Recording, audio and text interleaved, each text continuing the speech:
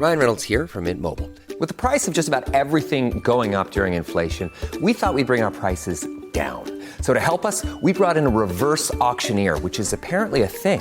Mint Mobile Unlimited Premium Wireless. How to get 30, 30, bit to get 30, bit to get 20, 20, 20, bit to get 20, 20, bit to get 15, 15, 15, 15, just $15 a month? Sold! Give it a try at mintmobile.com/switch. $45 upfront payment equivalent to $15 per month. New customers on first 3-month plan only. Taxes and fees extra. Speed slower above 40 gigabytes. See detail.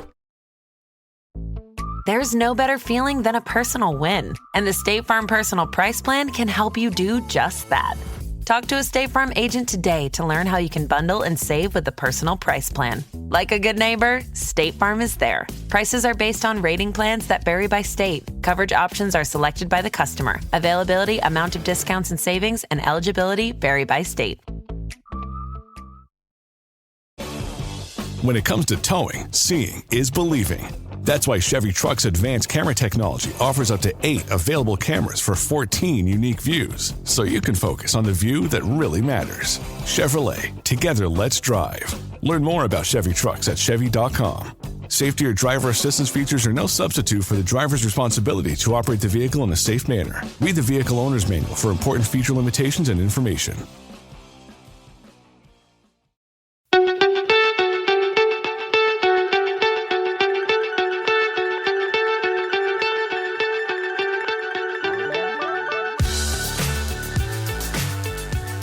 Welcome everyone to match week 4 of the Premier League Cricket Show, and we're here now into May with 32 Premier Leagues around the country up and running, which means Hugh and I are going to have absolute and utter chaos. Are you ready for it, Hugh? Well, no. There you go. We're not ready for it, but we'll do our best to cover as much as we can around the Premier Leagues. As always, we've got a guest this week, and joining us from as far south as it gets in Premier League world, but Jamie Goldsworthy from Camborne Cricket Club in the Cornwall Premier League. How are we doing, Jamie? I'm all good, thank you. You had a bit of a weekend, didn't you, on Saturday? Yeah, Saturday, first league game for us, obviously with all the wet weather. T20 comp was completely washed out. Yeah. So all our 8 games are washed out. So straight into the Premier League campaign on Saturday. Started off at home to Carlington, and it was quite a game, to be honest. My first game as skipper, and you couldn't write it, really, to be honest. Yeah, brilliant. Where'd you start with that sort of game? So let's go back to the very beginning. Camborne won the toss. You elected to field, so you put Carlington into bat. Yeah. They'd steadily built the runs, I think is the best way to put it. They didn't go off like a train, did they? No. Well, yeah, it was one of those tosses because the deck looked good, the weather was good. But obviously, with it being the first game of the season, we weren't quite sure how it was going to play. So we felt that if there was going to be anything in the wicket, it was probably going to be in the first hour. Yeah. So we thought we'd win the toss and bowl. Yeah, like you said, they started off pretty steady, but we knew they had quite a powerful middle order. Mm-hmm. So we knew they would come pretty hard. Obviously, they got the experience of Graham Wagg, Max Waller, and the likes of. They got a South African overseas player back from last year, Liam Lindsay.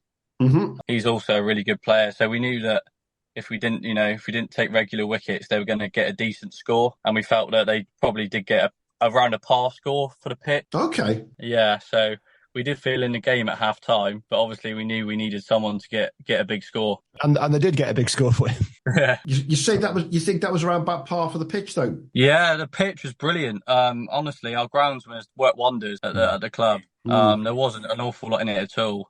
Shout out to our groundsmen because I could not believe how good the pitch was. It was, phenomenal. We was playing towards one side of the square, so there was one short boundary one side, which probably helped the scores. So in terms of chasing a score, that can also help. Obviously, when you've always got that short boundary one side, as a fielding captain in the second innings, that can be difficult. So we always felt in the game, as long as obviously Lewis was going well, as long as he was there, we were always in with a chance towards the end of the game, going towards that short side. Yeah, and the outfield was rapid as well. So anything that beat the rain was 4. So yeah, it was a good pitch, good outfield. Really good day, really.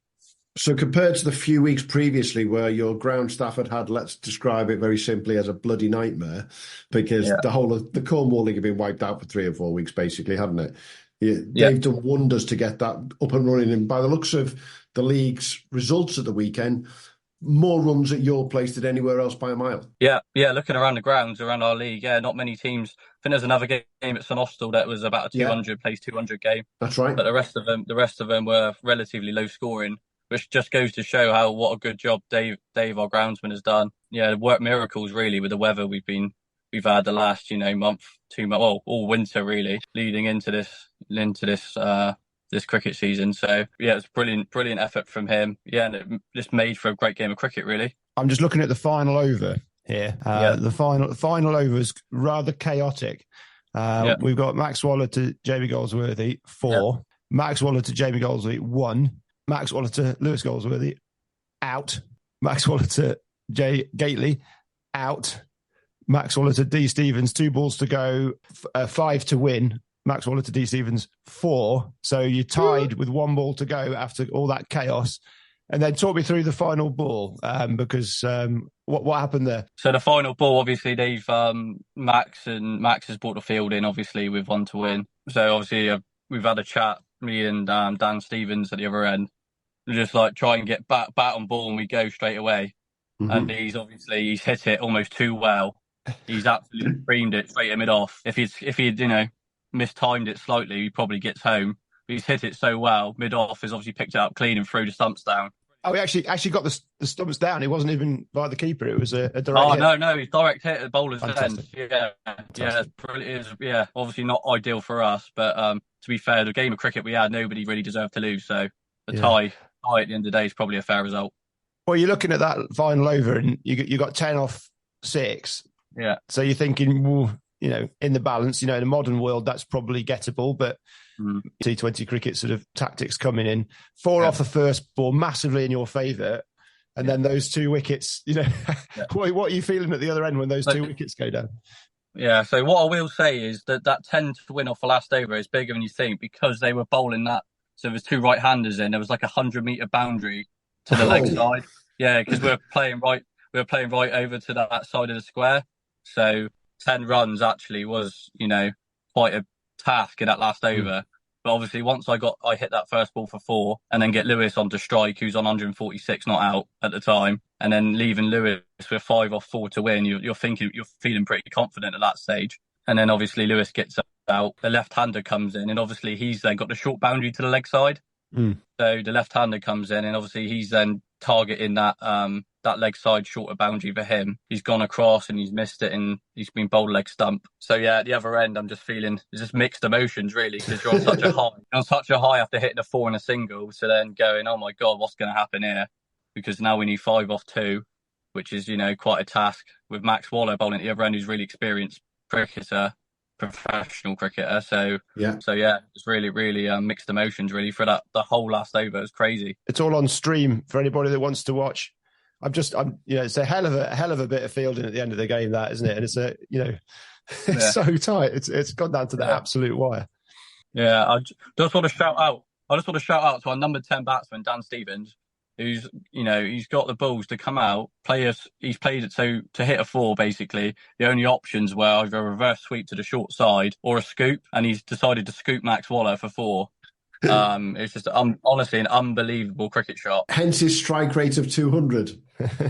Yeah, it's brilliant. Yeah, honestly. Yeah, it was unbelievable. Just summed the whole game up, that shot, really. Just bonk. And what about you and your Lewis 98 partnership in your first game as skipper? Yeah. He's obviously gone for jug avoidance by 146, hasn't he? And not having a 150 at some point. Just not to get that over the line, the two of you must have had some interesting conversation afterwards. Yeah, we're going to fine him, I think. That's what we want to hear on the Premier League cricket show. Yeah, we're going to fine him for that, I think. But no, I walked in, I think when I walked in, we were 150 for 6, needing about 103 off, I think it was about 11 and a half overs or something.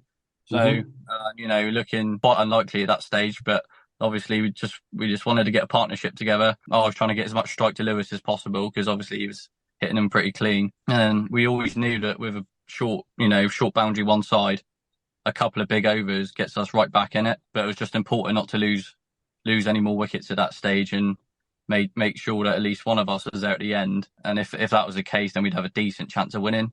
Yeah. And obviously we fell just short, but it was a great effort. Obviously you can't be too harsh on Lewis with 146, but yeah, it is a shame we couldn't quite get over the line. But it was good to witness from the other end some of the shots he was playing with. pretty special.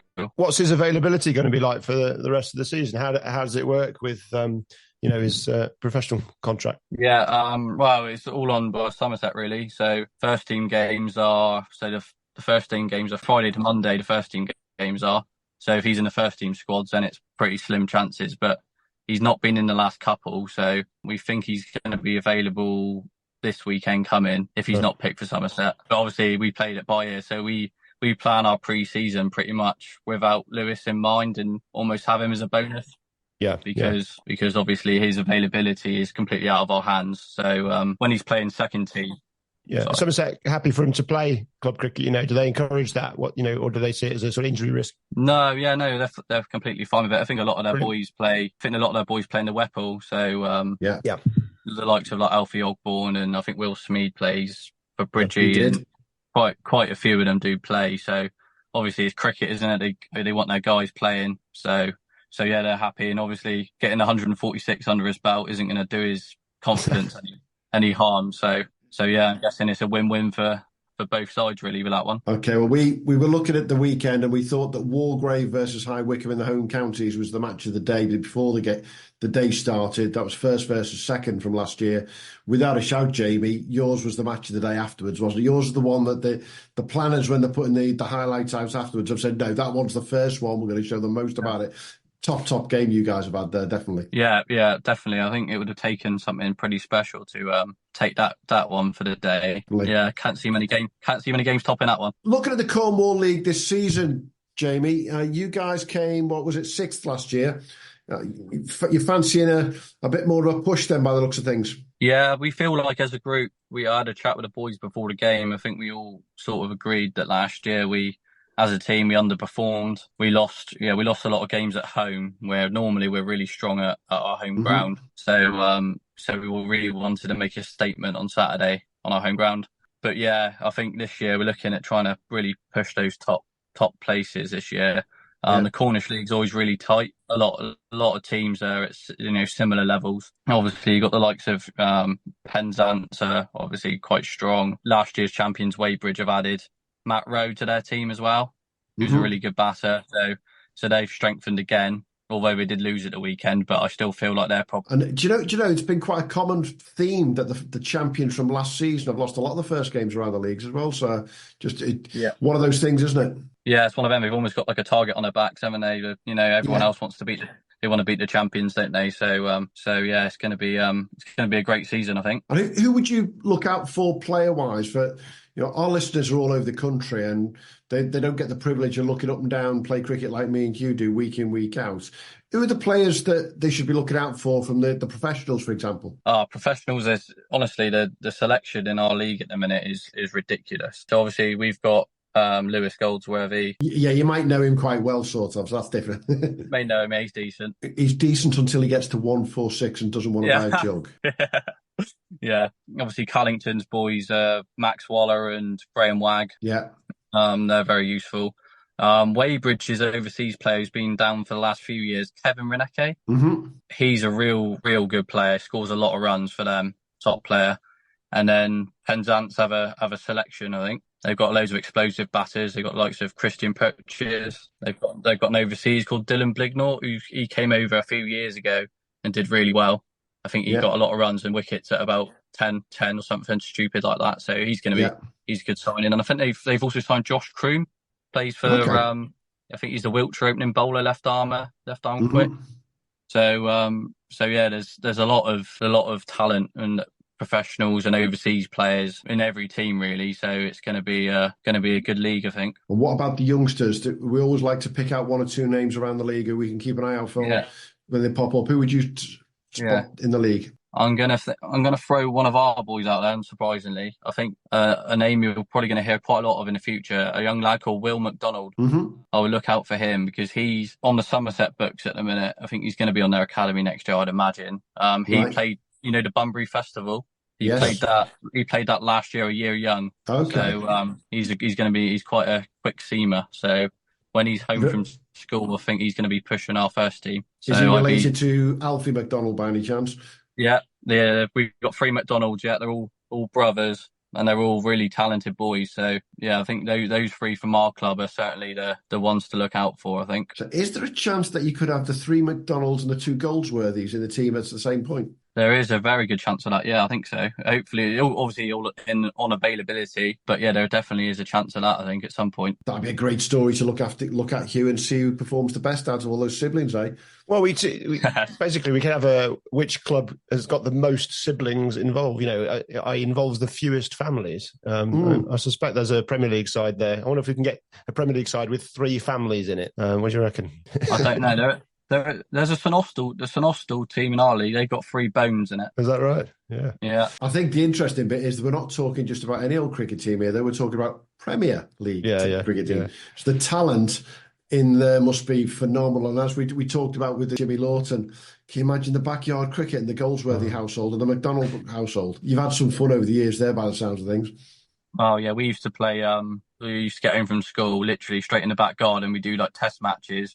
We'd have garden furniture as fielders. It'd be very bowler-friendly conditions, to be fair, but it would be pretty competitive. I think that set Lewis up pretty well with me being a bit older than him. So it's all down to you giving him bowler-friendly conditions that he's got that first-class contract, basically. There you go, mate. And I should be having a 25%. I think 50. Yeah, I think 50. Yeah. We're on the 50. Yeah, we'll go with 50 as well. Yeah, definitely. Hey, Jamie, it's been great talking to you, getting to know a bit more about the Cornwall League, and hopefully we'll keep in touch during the season. Hopefully we'll even get down there at some point. It's a long way from the Midlands, but hoping to get to 1 or 2 clubs around the outer side, and look forward to seeing how Camborne get on through the rest of the season, mate. Brilliant. Thanks, lads. Thanks for having me. Thanks, All Jamie. the best, Jamie. Oh, such a clutch off-season pickup, Dave. I was worried we'd bring back the same team. I meant those blackout motorized shades. Blinds.com made it crazy affordable to replace our old blinds. Hard to install? No, it's easy. I installed these and then got some for my mom. She talked to a design consultant for free and scheduled a professional measure and install. Hall of Fame son. They're the #1 online retailer of custom window coverings in the world. Blinds.com is the GOAT. Shop Blinds.com's primetime kickoff event. Save up to 50% off select styles, plus doorbusters. Rules and restrictions may apply. So it's time once again for us to look at the Cricket performance of the week. And as always, join us once again, Matt Taff. How are you doing, Matt? Very well, good to be on. It was a great weekend weather-wise. It's good to be back on for another week. And good weekend for you cricket-wise by the looks of things, mate. Yeah, we got the first win of the year, so very happy with that. Where my nose is looking, I could have done with a bit more factor 50, but no, can't complain. Hey, we'll have to start turning this into a video pod then if you're going to start moaning about your nose, won't we? No. Says you. Hey, let's have a look. What's been going on in the Cricket stable over the weekend? There's been some performances around that we can look at. Yeah, definitely. We've had our first 100 of the year from Sri Lankan Dushan Vimukti for Townville. He struck 110 off 88 balls, so there was no messing about there. No. So he tops the pile. This week with our Barbadian run machine, Shane Mosley. He's gone 87 not out and 73 across the weekend, League and Cup. Moving down, we've got Latif Abaratni. He's gone 85. The wicket-keeper batsman again. He's gone at 60. He's scored that at 63 balls, 8 fours and 5 sixes. So he's got on with things down at Potton. So, and then for his second week in a row, we've got Dylan Perry. He struck 82 for Burbage and Eastern Royal. That looked pretty flat there this weekend at Bath. 600 odd runs in the day, so I wouldn't have minded. Yeah, down there myself. He was always on the back foot after Sam Young hit 192. Yeah, he was never topping that, really, was he? Let's be honest. But some days cricket down there, and then we've got New Zealander Matt Boyle again. He struck 74 for 3 bridges off 40 balls. So there must have been something in the air this weekend. That was 3 bridges winning by 9 wickets. They were chasing 140 odd, and I think we calculated something like a 9.5 runs per over they hit the mat. Yeah, they've not messed about there. They've sent it to all parts by the looks of things. Definitely. And then finally we've got Patrick Rowe, the Australian for Banstead. He's gone 53 and 66 again across the weekend. I think he's averaging just shy of 90 for the season for Banstead. So He's looking at a great addition to their ranks this year. And that sums the batters up for this week for our Cricket boys. Okay, so let's raise your Cricket batters with 1 or 2 batters that we've looked at around the country. So we'll start off at the very top. And I was fortunate enough on Friday to spend some time at Leicestershire County Cricket Club, where the NCCA Challengers were playing.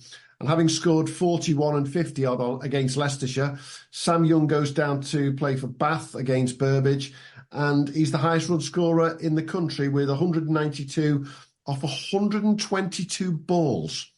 That's some start to his Premier League weekend there, isn't it, Hugh? A terrific performance. We had some big hundreds this weekend, and all of them were quick. There wasn't anyone grinding it out. They all hit big runs. So Sam there, rounding off a really quality little run of games for him with that big score. And then John Oswell in the was that North Yorkshire South Durham League. Am I getting that one right? Chesterton Street, 171 off 151 balls versus Chesterton Street. And another name in that game also got 100. Carl Kurtzer, 110 not out. Obviously Scotland Durham player. So there's two big hundreds, both of them are quick. Burnetfield won it 266, one down in 35 overs. That's not bad going ahead. Just to finish the weekend off, in the National Trophy yesterday in the Club Championship, Sam Young also scored 83 off 52 balls there.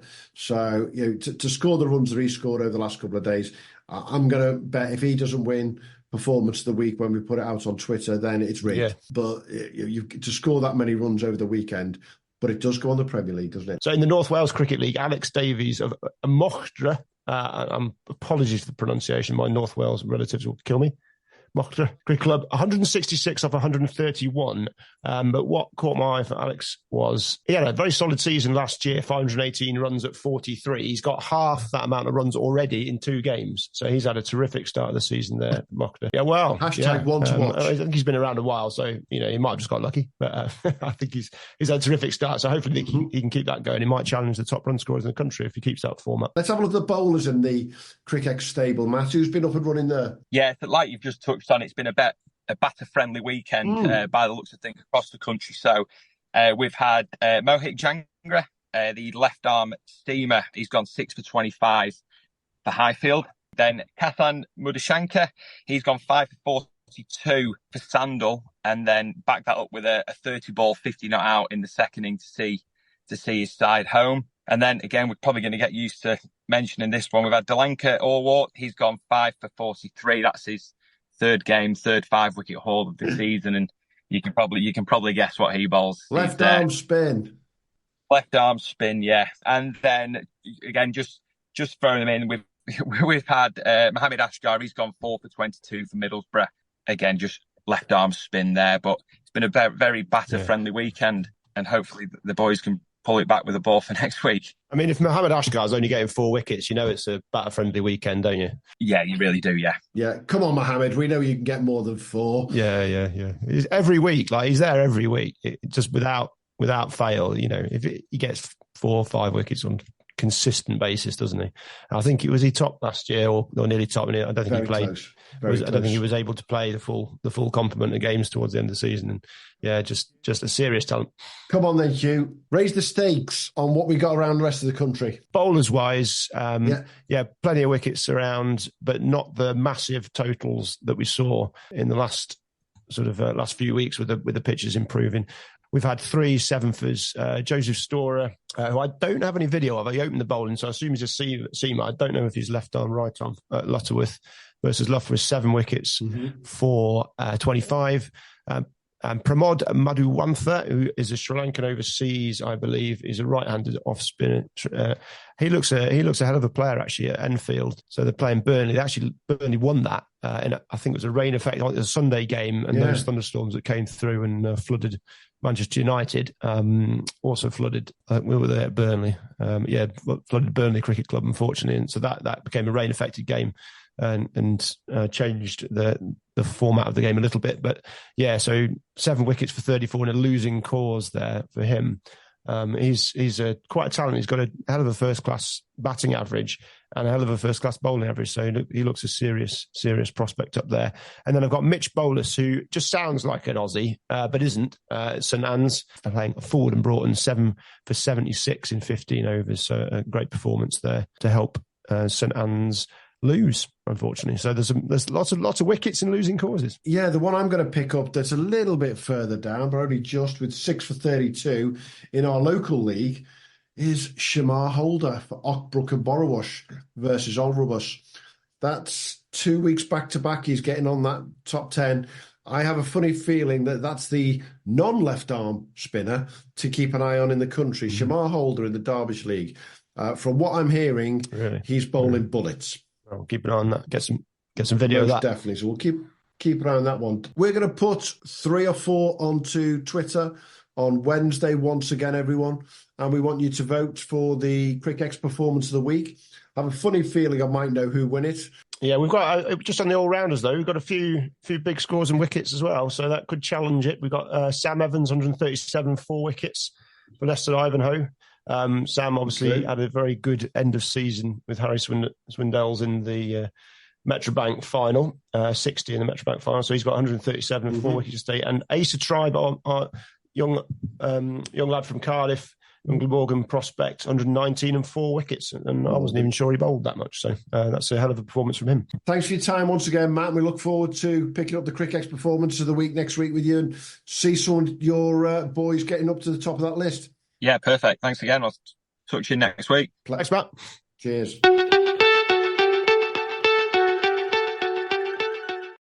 So let's have a look at some of the biggest and lowest scores, some of those tight games that are around the leagues, Hugh. And we're going to focus on the 8 leagues that have got cracking off over the last weekend. It's the last of the ECB Premier Leagues to be up and running. And as we've said previously, going forward, we're going to probably have around about 8 leagues each week that we'll have a look at because, come on now, 32 leagues, we can't really look at them every single week. But hey, if someone does something in your league, outstanding, we'll be picking up on it without a shadow. So in the leagues that were up and running at the weekend, some interesting ones at you. Yeah, it's a few shocks and surprises lurking, but and some big names. It's always nice to see players emerging, overseas players turning up. You don't quite know who's going to turn up where, so you a bit of meat on the bones of the squads that we're unable to see from afar. So yeah, a bit of interesting thing. One that caught my eye was Brentwood's overseas Jordan Silk, straight out of captaining Tasmania in the Sheffield Shield final against Western Australia, who won again. They seem a rather dominant force at the moment, but yeah, straight out of there into Brentwood's first 11, and I think he got 11 and got smacked 13 off 1 over. So crashing back down to earth in Brentwood. It was a bit of a local rivalry game that against Hornchurch. Brentwood came out on top in the first game of the league season there, but he doesn't look as though he's been around them very much there to come back and score 11 and then be battered around the park like that, does he? Yeah, he only bowled 1 over, I think. But it shows you how difficult it is for these overseas coming in. Quite often start in a bit of a heap, don't they? It's a very different style of cricket. And he's obviously played a huge amount of cricket, Big Bash and state stuff in Australia. So to have a guy of his calibre in that league, regardless of how he goes, it must be wonderful to have around the place. Oh, most definitely. Anyone else? I'll pick up on one now. Also the Essex League, I saw big score from Colchester and Essex, East Essex CC, 312 all out with runs coming literally between 2 guys, Guy Haynes and Charlie Allison, 106 and 102 there. Great little performance by those guys. Colchester and East Essex came second last year in the Essex Premier League, so good start to the season for them down in against Hutton. Moving across to the Home Counties Premier League, which got up and running at the weekend. We put something out on socials the weekend. I reckon match of the day across the country potentially was Wargrave versus High Wycombe. That second versus first from last season. So the fixture compilers have had some fun there putting them together. Wargrave got off to a shaky start, I think is the best way to put it. They lost wickets quite early on and they were down to 52 for 4. But they managed to get themselves up to about 150. But High Wycombe knocked them off comfortably. What was interesting in that game was the amount of NCCA players playing. So you had Ewan Woods playing for Wargrave together with Dan Lincoln and Toby Greatwood, all of who'd been playing the previous couple of days against Leicestershire.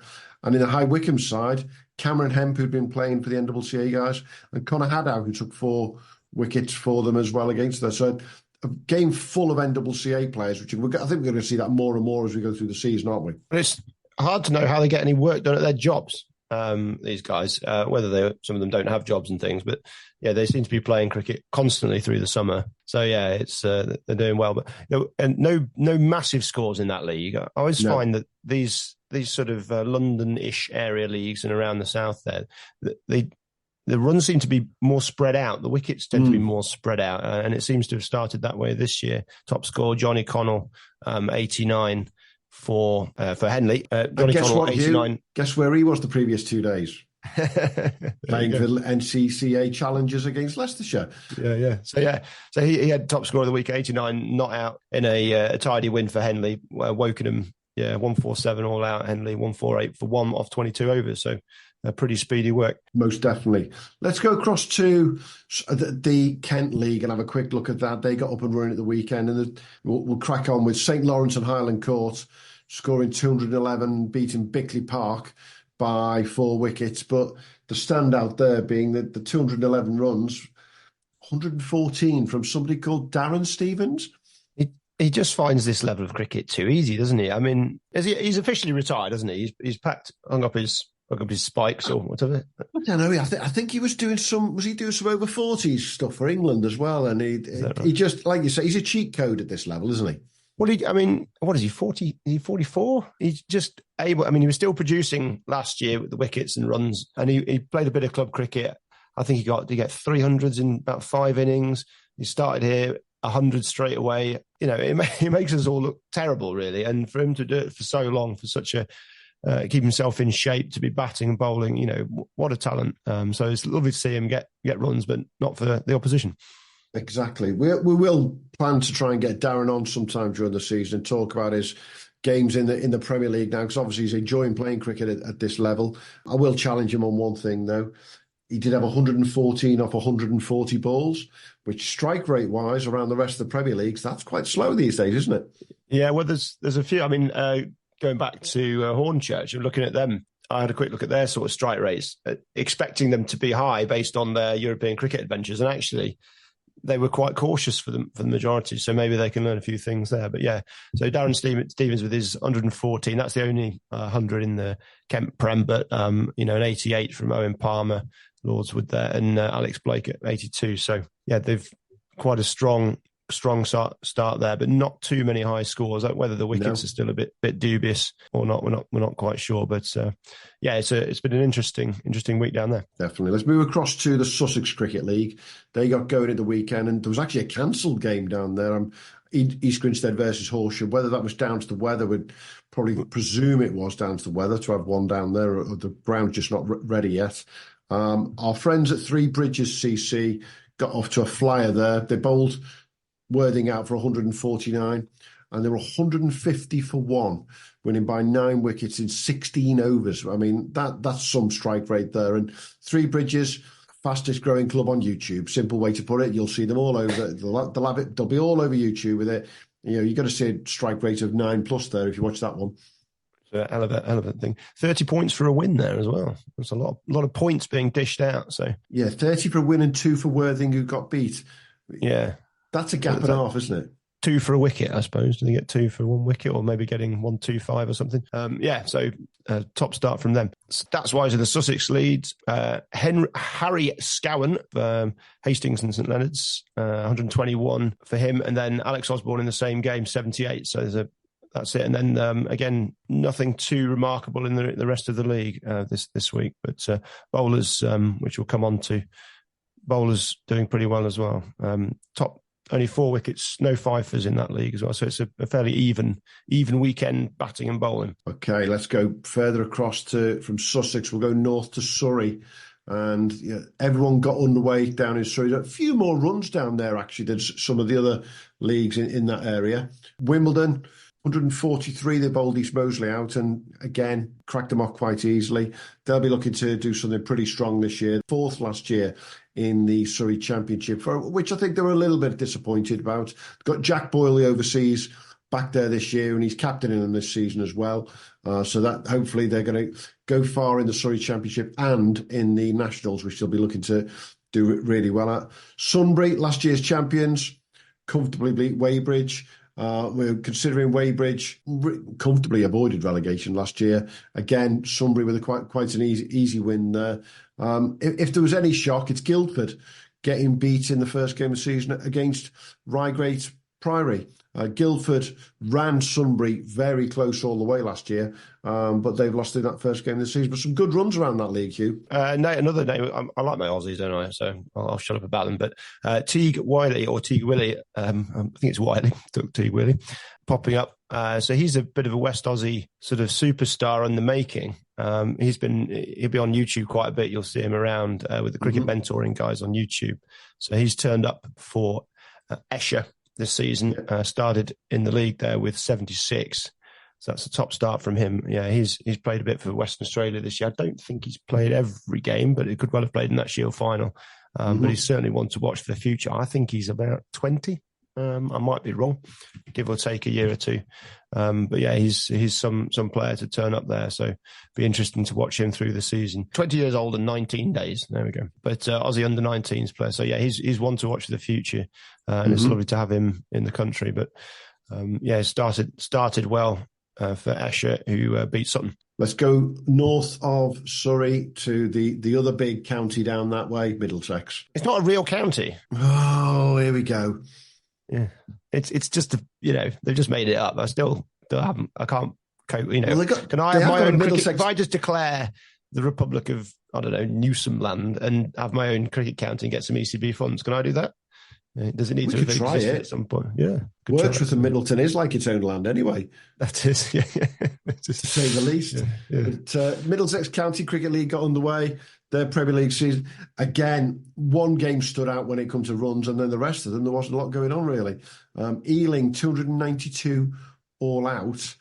Stanmore couldn't get close to that at 264. Got nice, easy win, that for Ealing in the end. Stanmore were last year's champions of the Middlesex League. So I think they'd have been slightly disappointed not to win there, but you give up 292 runs in any league in Premier League and you've got a problem on you straight away. Absolutely, yeah. There's some interesting scores there, actually. A mixture of low-scoring games and high-scoring games, yeah. And Teddington knocked off Hornsey 77 all out for Hornsey, and Teddington knocked them off relatively comfortable. They still lost 4 wickets. And then you've got a couple of low scorers in Crouch End, North Middlesex. So, yeah. And then Richmond and Finchley are very, very tight there. Very, very tight. We talk of low scores. We always like to sort of highlight some of the lowest around the country. We've highlighted the highest down at sort of Hastings St Leonard and what was going on down there. But the lowest in the country that we've picked up this week. So we had Brimbo winning by 10 wickets over at Llandudno. They've bowled Llandudno out for 50 on Saturday in 20 overs in the North Wales Premier League. Brimbo then knocked them off 51 for 0, won by 10 wickets in 15 overs. And it was then pointed out to me very quickly that that wasn't the fastest finishing game of the day, because not too far from where we are, at Shire Green, they were bowled out for 47 in the Yorkshire Southern Premier League. And Cawthorne knocked them off in 12 overs for 49 and were probably all home by 3:30. You're not going to complain when you've only had 31 They're overs. not going home, though, are they? They're not going home. I don't know. Are we thinking they're out for the day there, do you? Oh, you make the most of it, don't you? You make the most of that. Yeah. They wouldn't have gone to scout their next opponents or anything like that? They might have done, yeah. Get the old dark glasses on and turn up behind the bowler's arm. But no, I suspect the bar did quite well. Yeah, and taking the wickets for Cawthorne in the Yorkshire Southern League, they don't hit the top notches of the 7-fers and 6-fers that we've got this week, but you have got Ben Cliff, who took 5 wickets for 4 runs, and Danish Aziz, who took 4 wickets for 9 runs. The irony being that when Cawthorne started bowling to Shire Green, the 2 openers didn't cause much trouble, to be frank. The first few overs, Amir Shazad and Ryan Gibson, between them 9 overs for 1 for 33. If the first and second change, as I say, Danish and Ben, they took 9 for 13 between the two of them. That's when you're in trouble, isn't it? Well, it's a heap, isn't it? Yeah, and it is. When these collapses happen, it is the virus spreading through the team, the panic, the batters that aren't ready, the batters getting their kit on, rushing out. You're not in the right headspace, are you? When it starts to topple over. So we can pick most things up from play cricket, but we can't pick the timings up on this one. Yeah. They were 36 for 1, Shire Green. When Haroon Tariq went and he was 36, made them 37 for 2. They then lost the next 8. Well, they lost effectively 9 wickets for 10 runs. It was 37 for 2, 44 for 3, 44 for 4, 44 for 5, 44 for 6, 44 for 7, 44 for 8. Then they scored some runs. 46 for 9, 47 all out. I mean, to lose 9 wickets for 10 runs. Yeah, well, I mean, one of those lads was probably working behind the bar or something, quick, get your kit on, and then it's just chaos, isn't it, when that happens? So yeah, it's happened to everybody, and we're all visualising that now, aren't we? Just thinking, oh my word, people rushing around, no people without box on, and no thigh pad, and oh dear, panic. Hey, listen, if you're from Shire Green, hopefully you have far better days than that through the rest of the season. But if someone wants to come on week and tell us just what that was like in that dressing room for that, what could have been, let's say, 20 minutes. Half an hour. So what was that? Was it 8 wickets for 1 run? 9 wickets for 10 runs. What was it? What was the bulk of the collapse though? It was about 7 wickets for 1. There was actually 44 for 3, 4, 5, 6, and 7 and 8. Yeah. So what's that? 1, 2, 3, 4, 5, 6 wickets for no runs. I'm tempted to look at the ball by ball on play cricket. But to be frank, if I did it, I think I'm going to have a nightmare. Yeah, well, my daughter was playing pairs cricket this week, under 11 pairs. She's a 10-year-old, and I think she went out to open the bat in a pairs match against possibly the quickest bowler in under 11s. I think they lost about 6 wickets in a similar space of time, but obviously -5 is not quite so painful. It was pairs cricket stuff. Pairs cricket, losing all those runs every single time it happens. Yeah. So we've had another good run around there, Hugh. We've done 8 leagues that have got going, 32 leagues all over the country that we're going to be breaking up over the coming weeks. CricX Performance of the Week. We're getting some great votes on that on a weekly basis on our social media. It seems to be growing really nicely, that, to find out the ECB Performance of the Week. What are you looking forward to now that we've got 32 leagues to look at over the coming months? I think it's just the chaos of it all. Every week something different happens. We've had tied games this week. We've got big hundreds, players falling in a heap, lots of wickets. It's just, you just don't quite know what's going to happen each week. So it's always nice checking out the stats and things on a Saturday night or a Sunday night, depending on when the games are played. And the stories emerging from all these little games. And every game's got a story. It's not always a good story, but it can be. It's just an interesting story. So that's what it's all about. And as we've seen this week across the leagues that we've looked at, the variety from the big runs to the absolutely nothing in individual Premier Leagues is amazing, left, right and centre. And that's what creates all these stories for us. Yeah, and it's just nice. I can't have a podcast without talking about the weather, but it's just nice we've had some decent weather. It's been lovely for everyone around the country. Finally, real nice run that everyone's got going. I think everybody played. Sunday was the only, I think Lancashire League got a few disrupted games on the Sunday because of those thunderstorms, but I think they all got started and results in them all. I think was it the one cancellation, Cornwall possibly ground related, but it's just lovely. And looking ahead, it looks pretty decent, the usual May bits and pieces, but just so it looks like we're going to get a consistent run of cricket, which actually no one would have thought about a few weeks ago. And even like compared to last year, it almost looks like we've got more cricket in already than we did last year. And, considering where we were 4 weeks ago, that's a fantastic achievement. Most definitely. Great to catch up again, and we'll be back next week with another episode of the Premier League Cricket Show. And don't forget, everyone, follow us on our socials to keep an eye on what's going on in the NCCA this week, because there's some massive games coming up this weekend on Sunday the 19th when it's the Super 12s in the T20 competition. 4 venues around the country, 12 counties, all going at it to get themselves to finals day at Chester Boughton Hall in a couple of weeks' time. Some great cricket, and fingers crossed, as you say, Hugh. Let's hope for the weather and make sure we get through a weekend with a full set of NCCA fixtures. Yeah, absolutely. Yeah, they seem to be particularly cursed, don't they? But let's hope they can have a good run. Brilliant. All the best, Hugh. Thanks for listening to the Premier League Cricket Show. If you haven't already, make sure to hit that subscribe button so you don't miss out on future episodes and stay updated on all the latest news, views and discussions from around the cricket's Premier Leagues. And be sure to follow us on X, formerly known as Twitter, and Instagram at TPL Cricket Show on both. Join the conversation, share your thoughts and connect with us and your fellow Premier League cricket fans. And hey, if you enjoyed the show, why not show us some love? Leave us a 5-star review on your favourite podcast platform, as it helps other potential listeners to find us when they're searching for cricketing podcasts. Thanks again for being part of the Premier League Cricket Show family, and until next time, have a good one.